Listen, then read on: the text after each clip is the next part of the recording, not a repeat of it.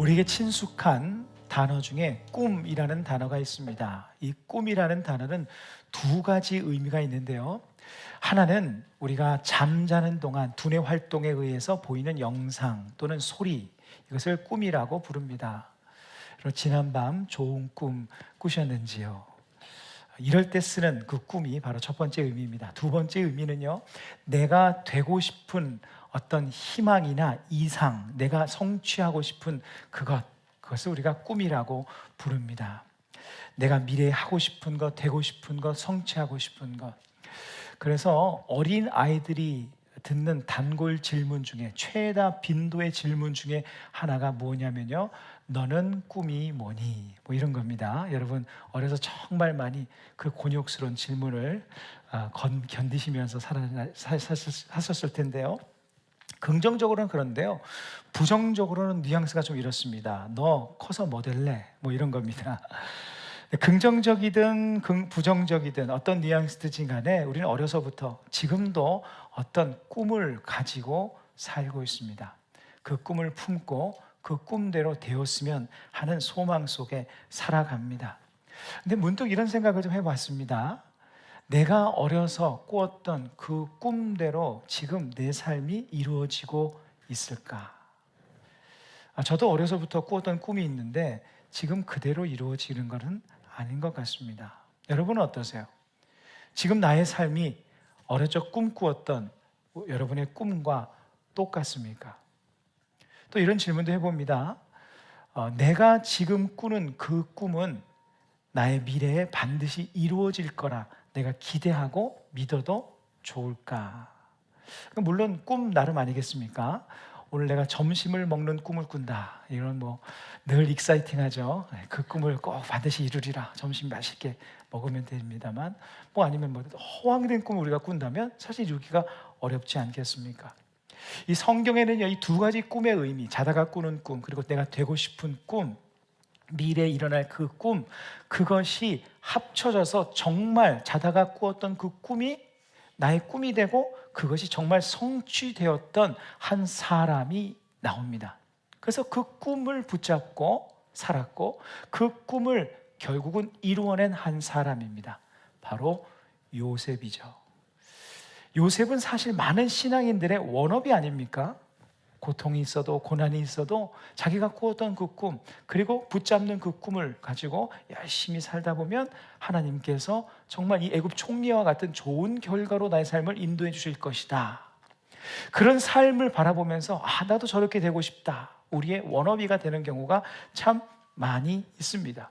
그래서 우리는 요셉을 꿈의 사람이라고 부르기도 하죠. 꿈의 사람. 그런데 말씀을 나눠보면요, 정말 요셉이 꿈의 사람이었을까 싶은 생각이 듭니다.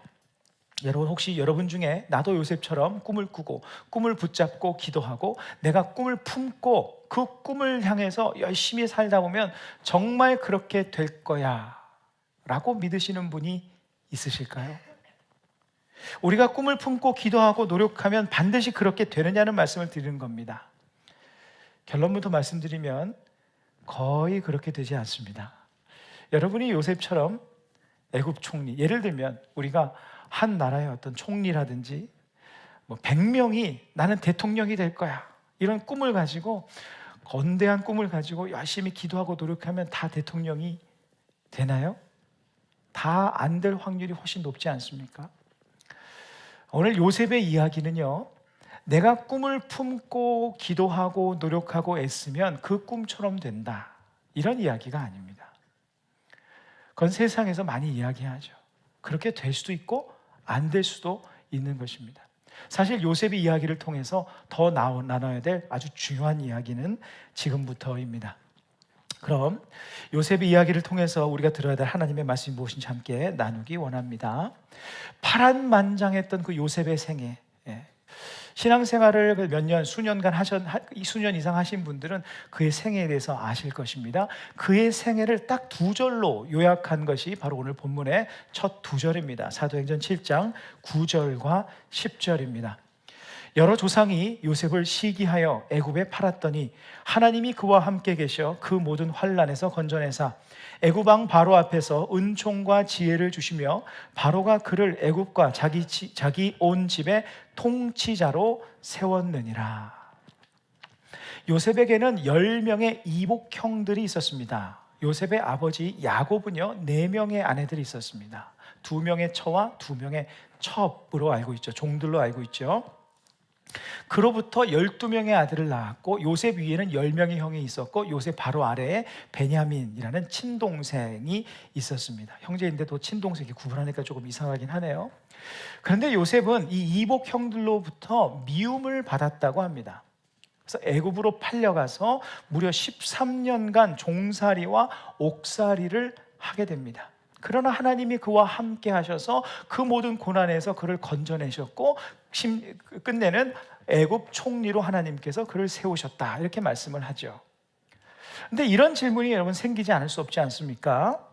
방금 읽었던 9절 마지막과 10절 첫 부분을 연이어 읽으면 하나님이 그와 함께 계셔 그 모든 환난에서 건져내사, 하나님이 그와 함께 계셔서 그 모든 환난에서 그를 건져내셨다고 하는데 여러분 한번 묻습니다. 하나님이 정말 모든 환난에서 건져내셨나요? 요셉의 삶을 알지 않습니까? 정말 건져내셨다면 이렇게 돼야 되는 건 아닙니까? 요셉이 그 이복 형들에게 애굽의 종으로 팔리지 않도록, 종살이를 하지 않도록, 그리고 누명을 쓰고 옥살이를 하지 않도록 건져내시는 것이 건져내는 건 아닙니까? 그 모든 환난에서 건져내셨다고 하면서 모든 고난은 다 당했거든요. 근데 여기서 이 뜻은요, 모든 고난을 당하지 않도록 하셨다는 것이 아닙니다. 그 고난 속에서도 고난을 잘 통과할 수 있도록 그를 보호하셨다, 이런 뜻입니다. 즉 고난이 그의 인생의 종착역이 되지 않도록, 그의 인생의 파이널 골, 파이널 드림, 하나님께서 이루실 그 계획을 이룰 수 있도록 그 고난 순간순간을 잘 지나갈 수 있도록, 마치 정거장처럼 많은 정거장 중에 하나가 될 수 있도록 그를 지키셨다는 것이죠. 우리의 삶을 인도하시는 것도 마찬가지입니다. 우리는 파이널 골이 있습니다. 우리가 다다를 그 종착역, 인생의 종착역이 있어요. 그 인생의 종착역을 향해서 나아갑니다. 하나님께서 인도하십니다. 그 전에 만나는 모든 고난이라든지 어떤 일들은 다 정거장들일 뿐인 겁니다. 그런 삶을 통해서 하나님께서 우리를 보호하시며 인도하신다는 거예요. 요셉의 경우를 통해서 하나님께서 어떻게 그를 인도하셨는지 한번 보십니다. 우리는 요셉을요, 여러분 요셉에 대한 선입견이 어떠십니까? 저도 이 선입견을 굉장히 오래 가지고 있었는데 요셉을 상당히 착하고 좋은 사람처럼, 정말 순수하고 정말 착하고 정말 흠도 없어 보이는, 야 정말 이런 요셉 같은 사람이 정말 이 세상에 있을까, 이런 생각을 저는 많이 하면서 살았는데요. 그런 착한 요셉에게 이 나쁜 형들이 악행을 행해서 이 착한 요셉을 억울하게 만들었다, 이렇게 여기는 경우가 많은데 사실 요셉의 본 모습은 그렇지 않았습니다. 형들의 시기와 미움을 받은 건 베냐민은 그렇게 받지 않았거든요. 그런 사랑을 받았거든요. 이쁨을 받았어요. 요셉만 특별히 미워하는 데는 이유가 있었다는 것이죠. 창세기 37장 2절에 요셉에 대한 이야기가 나옵니다. 야곱의 족보는 이러하니라. 요셉이 17세의 소년으로서 그의 형들과 함께 양을 칠 때에 그의 아버지의 아내들 빌하와 실바의 아들들과 이복 형들과 더불어 함께 있었더니 그가 그들의 잘못을 아버지에게 말하더라. 지금 요셉의 나이가 17세입니다. 거의 성인이고 이스라엘 사람으로 치면 이미 성인이 지난 것이죠. 성인인 겁니다. 성인 취급을 받는 나이입니다. 그런데 그의 행동은 보십시오, 철부지와 같습니다. 안하무인과 같아요. 이기적이고 교만합니다. 형들이 양을 치며 수고할 때 그들을 돕고 그들과 함께하며 그들에게 뒷받침하고 어시스턴트 이런 역할을 해야 하는데 그렇게 하지 않습니다. 그 일을 잘 감당하지 않아요. 그 전부터 형들이 이 요셉을 미워하고 시기했던 것이 아닙니다. 근데 요셉의 행동을 한번 보십시오. 그가 그들의 잘못을, 형들의 잘못을 아버지에게 말하더라. 매일같이 형들이 그 뙤약볕에서 일하지 않았겠습니까? 땀을 뻘뻘 흘리면. 그런데 같이 열심히 일할 생각을 안 하고 형들을 감시했다는 거예요. 누가 형이고 누가 동생입니까? 그 동생, 막내 동생이 형들을 감시해서 아버지 누가 일을 제대로 안 했대요, 누가 쉬었대요, 게을렀대요 하면서 매일같이 일러 바치는 거예요. 이게 얼마나 얄미운 행동입니까? 형들의 미움을 산 거예요. 그런데 아버지의 편애 때문에 요셉에게 말도 못합니다. 말을 했다간 또 일러 바치거든요. 그럼 또 형 혼나거든요. 그렇게 했다는 거예요. 소위 요셉은 매를 버는 스타일이었습니다. 일전에 한 대형 교회에서, 제가 시무하던 교회에서 있었던 일인데요, 주차장에서 있었던 일입니다. 주차가 굉장히 어려운 교회였는데 한 사람이 예배를 마치고 이제 집으로 가려고 이제 자기 차에 왔는데 이 차를 빼야 되는데 차를 삐딱하게 한 분이 잘못되는 바람에 가지를 못하는 거예요. 집에 빨리 가야 되는데, 그래서 한참을 기다렸는데도 안 나오더니 사람들이 다 떠나가는데, 근데 느지막이 한 분이 나오는데 그 차에 차주였다는 거예요. 서로 차주끼리 마주하지 않았겠습니까? 어떻게 했겠어요? 형제님, 차 좀 빼주십시오. 이렇게 했을까요? 그렇게 했으면 얼마나 은혜로웠겠습니까? 서로 손가락질을 하고 소리를 지르고 욕설을 하면서 싸우게 되었다고 합니다. 그 두 사람은 방금 예배를 드리고 나온 사람들이었어요. 그날의 설교 제목이 무엇인 줄 아십니까? 내 마음을 강팍해 하지 말라, 이거였답니다.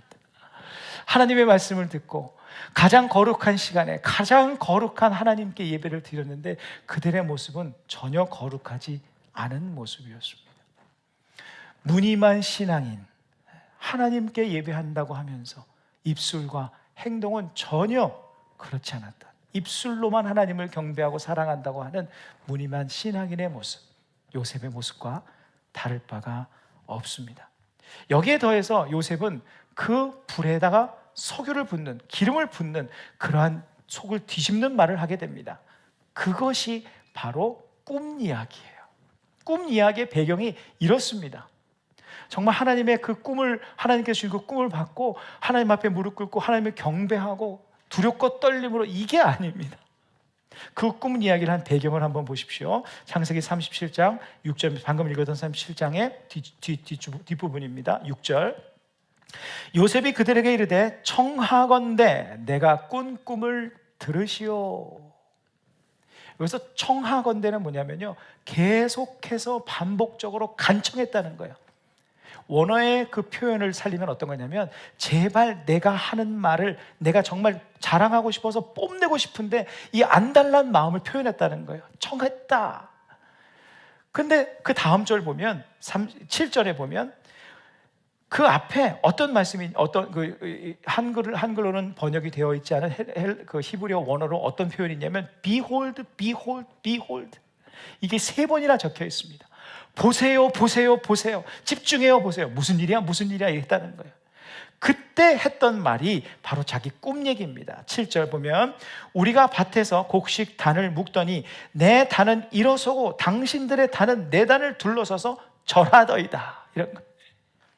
그렇지 않아도 얄미운데, 자기가 꿈을 꿨는데 내가 곡식 단을 묶고 있었는데 이 단이 갑자기 서더니 형들이 묶었던 그 10개의 단이 서서 내 단에다 절을 했다. 형들을 완전히 화나게 만든 거예요. 열받게 만든 거예요. 얼마나 기분 나빴겠습니까? 그 형들의 반응을 이렇게 기록합니다. 37장 5절인데요. 창세기. 요셉이 꿈을 꾸고 자기 형들에게 말하며 그들이 그를 더욱 미워하였더라. 그렇지 않아도 미워했는데 더욱 미워하였더라 라고 기록합니다. 그리고 요셉을 팔아넘긴 그날도 어떤 날이었는가? 요셉이 형들을 감시하기 위해 오던 그 날이었습니다. 그러니까 이런 이유들로 인해서 요셉이 원인을 제공했던 것이죠. 그래서 종으로 팔려갑니다. 그 형들의 그 행동이 당연하다, 그것은 아닙니다. 그것은 끔찍한 악행이지만 요셉이 그 원인을 제공한 사람이었다는 것이죠. 그런데 그렇게 팔려갔지 않습니까? 그 요셉의 부족함, 그 형들의 악행을 통해서 그렇게 팔려갔는데 하나님께서 그 상황을 어떻게 풀어가시는지 한번 보십시오. 먼저 하나님께서 요셉의 삶을 어떻게 만들어 가셨는지 보십시오. 종으로 팔려갔습니다. 그런데 마침 팔려간 그곳이 애굽 왕 바로의 경호대장 보디발의 집이었습니다. 이 보디발, 바로의 경호대장이었으니 얼마나 부가 대단했겠습니까? 얼마나 부자였겠어요. 그러니까 그런데 그 보디발이 요셉에게 재정을 담당시키는 거예요. 자신의 그 자산을 관리하라. 그 자산 중엔 국고에 해당되는 것도 같이 있지 않았겠습니까? 그러니까 나라의 재산 정도까지는 아니다 할지라도 그 엄청난 재산을 관리하는 재정 관리 능력을 키우게 되는 것이죠. 그러다가 억울하게 누명을 쓰고 옥살이를 하게 됩니다. 그런데 거기서 또 어떤 일을 만나는가? 많은 애굽의 정치인들을 만나게 돼요. 정치인들과 대화하게 되고 애굽의 정세에 대해서 또 본의 아니게 배우게 됩니다. 그러면서 어떤 일을 또 맡게 되는가? 그들을 관리하는, 인사를 관리하는 그러한 훈련까지 받게 되는 거예요. 그러니까 그 13년의 기간 동안 이 요셉은 어떤 삶을 살았는가? 이제 당장 애굽 총리가 되어도 부족함이 없는 그러한 자질을 갖추는 그러한 훈련을 받게 된 겁니다. 보십시오. 이 요셉의 부족함과 연약함, 그 이기적인 모습, 그 부족한 모습, 형들의 악행, 이 상황의 열악함에도 불구하고 오히려 그러한 모든 상황들을 통해서 하나님은 그를 빚어내고 계셨던 거예요. 그 일을 감당하기에 적합한 자로 그를 준비시키고 계셨던 것입니다. 그런데 그거보다 훨씬 중요한 변화가 있었습니다. 그것은 바로 요셉 자신의 변화였어요. 오늘 본문 사도행전 7장 14절입니다. 요셉이 사람을 보내어 그의 아버지 야곱과 온 친족 75사람을 청하였더니 라고 기록합니다. 요셉이 애굽의 총리가 되어서 자기 가족들을 생각하고 가족을 초청하는 것인데요, 여기에 쓰인 사람이라는 단어에 우리는 집중할 필요가 있습니다. 이 사람이라는 단어, 그냥 명 이렇게 할 수 있는데 이 사람이라고 특별히 구분한 이유가 있어요.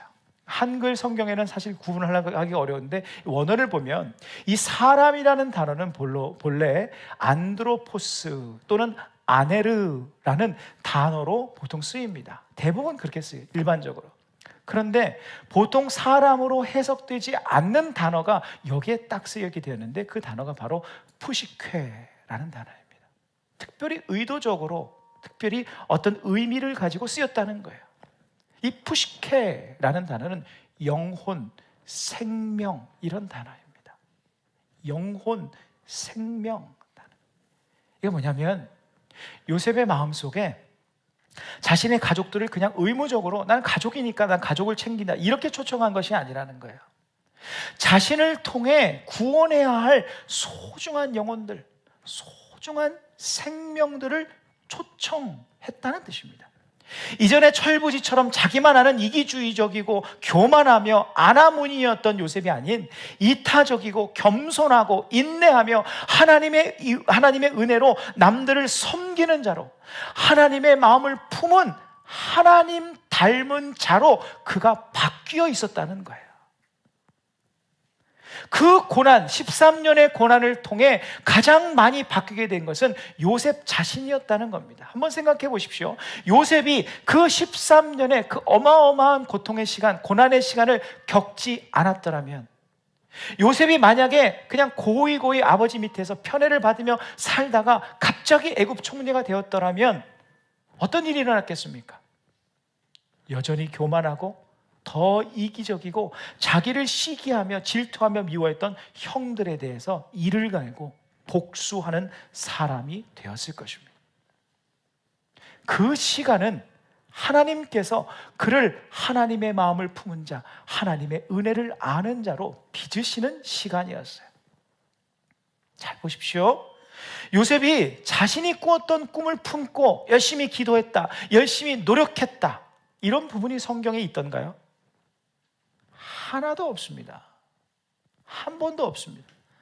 아마도 그는 자신이 애굽의 총리가 될 것이라고는 꿈에도 생각하지 않았을 거예요.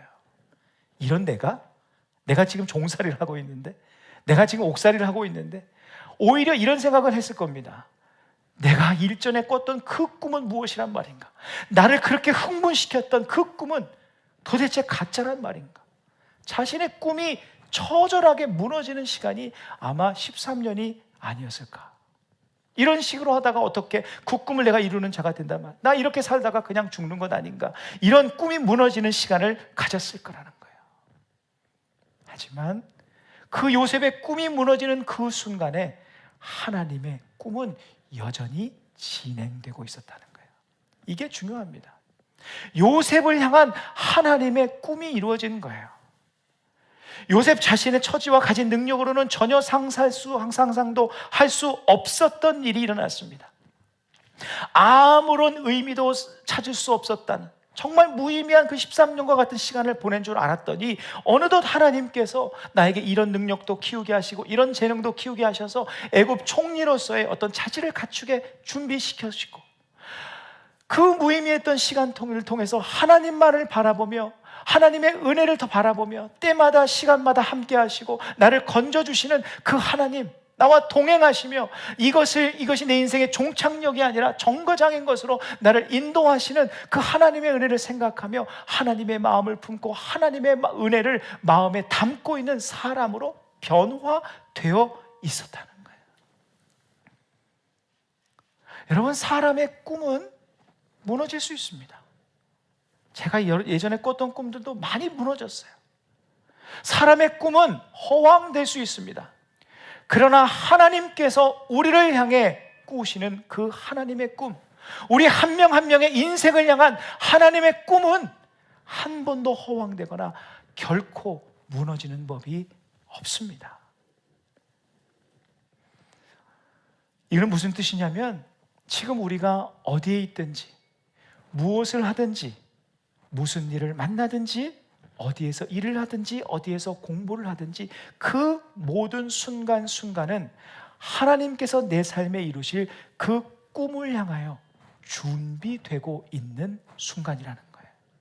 그러므로 오늘 순간순간을 맞이할 때 불평할 것이 아니라, 대충 게으르게 지낼 것이 아니라 보다 부지런하게, 보다 열심히 하루하루를 충실하게 살아야 하는 거죠. 그러므로 우리가 더 늘 집중해야 할 것이 있습니다. 그것은 내가 하나님의 꿈을 이루기에 합당한 하나님의 사람으로 빚어지는 일이에요. 보십시오.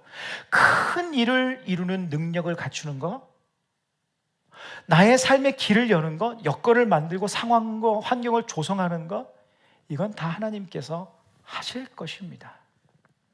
하나님께서 마음만 먹으시면 요셉을 애굽의 총리로 올리시는 것은 일순간에 이루어질 수 있는 일이에요. 그러나 하나님께서 요셉을 향한 그 하나님의 꿈을 이루시기 위해서 요셉이 간절하게 준비되기를 원했던 그것이 있었습니다. 그것이 무엇이었겠습니까? 그가 진정한 하나님의 사람으로 세워지는 것이었어요. 진정한 하나님의 사람답게 하나님의 마음을 품고 하나님을 닮은 자, 위로의 말이 넘치고 사랑의 말이 넘치고 은혜가 흘러가는 그런 사람으로 세워지는 것이었어요. 그 언행이 은혜의 통로가 되는 사로 세워지는 일, 하나님께서 그에게 바라셨던 것이고 우리에게 지금 원하셨던 것이고 우리가 집중해야 할 그 일입니다. 우리가 요셉의 이야기를 여러분 대부분 아실 텐데요, 요셉이 이제 애굽 총리로 되기 직전에 2년 전에 이런 일이 있었습니다. 요셉이 그 꿈을 해석해 줬던 관리들이 있었어요. 감옥에서 관리들을 만나지 않았습니까? 정치인들을. 그 중에 술 맡은 관원장, 떡 맡은 관원장이 있지 않았습니까? 다 기억하실 거예요.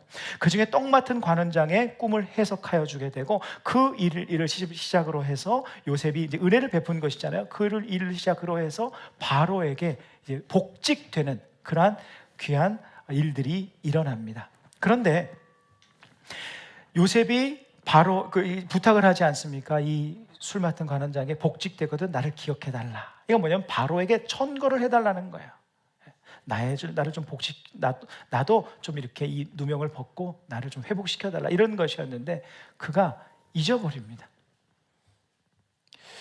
여러분 같으면 잊어버리시겠어요? 이 잊기 굉장히 어려운 일입니다. 이게 엄청난 은혜를, 자기의 꿈을 해석해주는 신비한 능력을 경험했고요. 그 꿈의 해석대로 그대로 이루어졌어요. 요셉은 굉장한 은혜를 베푼 사람입니다. 소위 배은망덕한 행동을 하게 된 거예요, 술 맡은 관원장이. 그리고 2년이 흘러가요.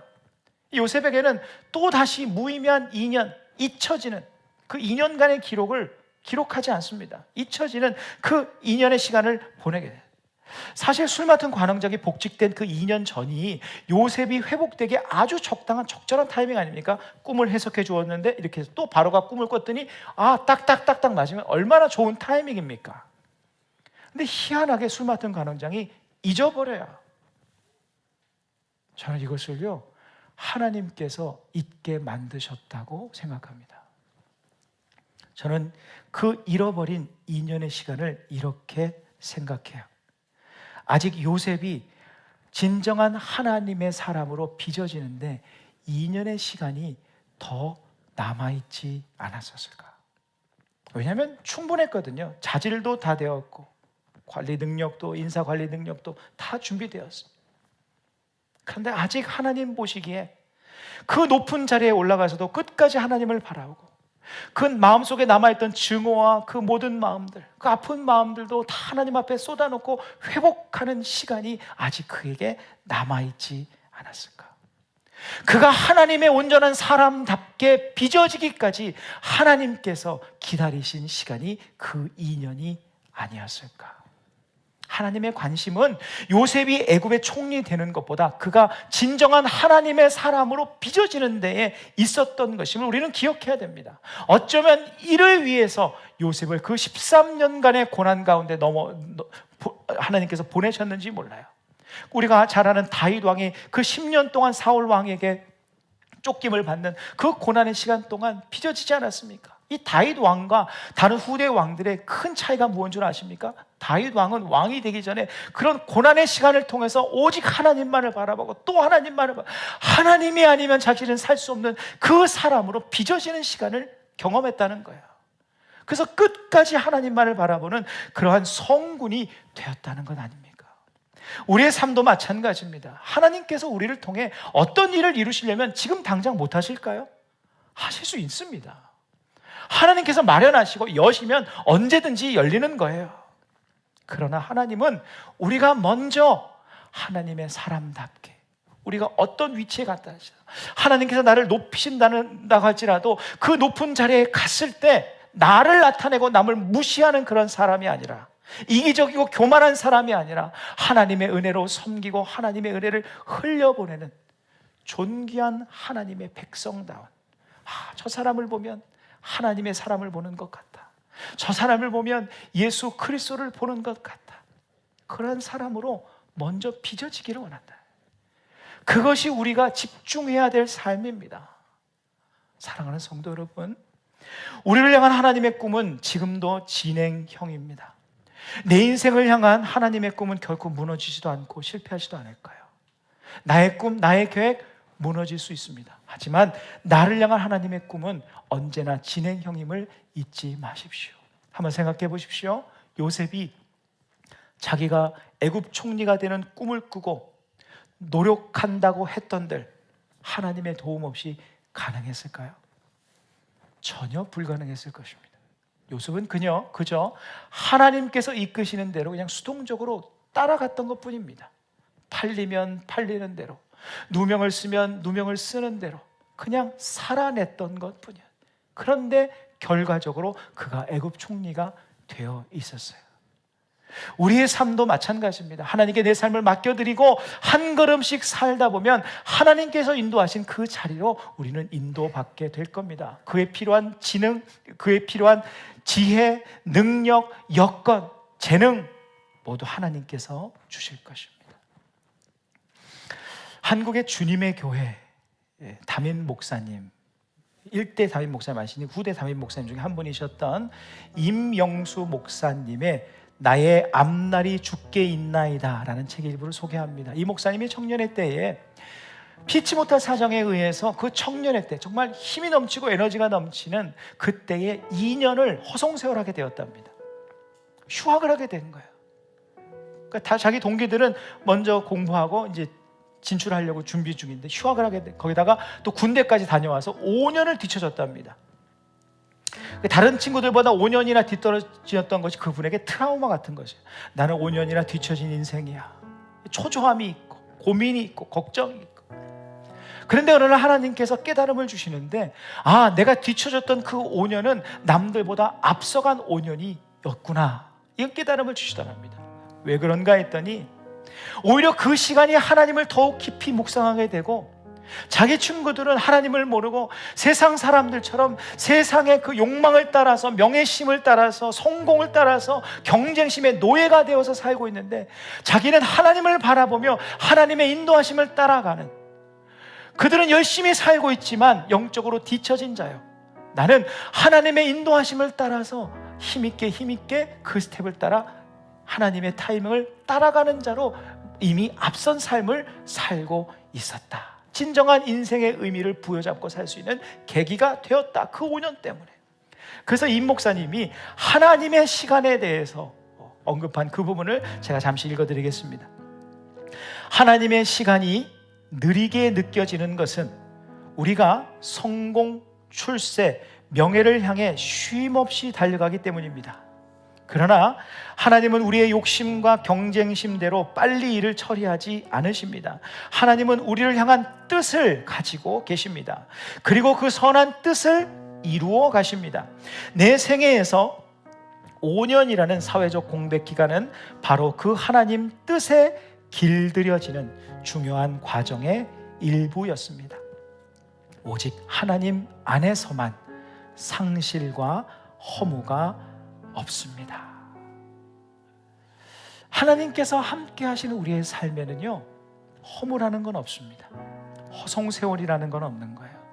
충분한 의미들로 채워져 있음을 잊지 말아야 됩니다. 따라서 우리가 내가 내 인생을 어떻게 세워갈까 고민하는 것도 중요하지만 더 중요한 것은 무엇인가?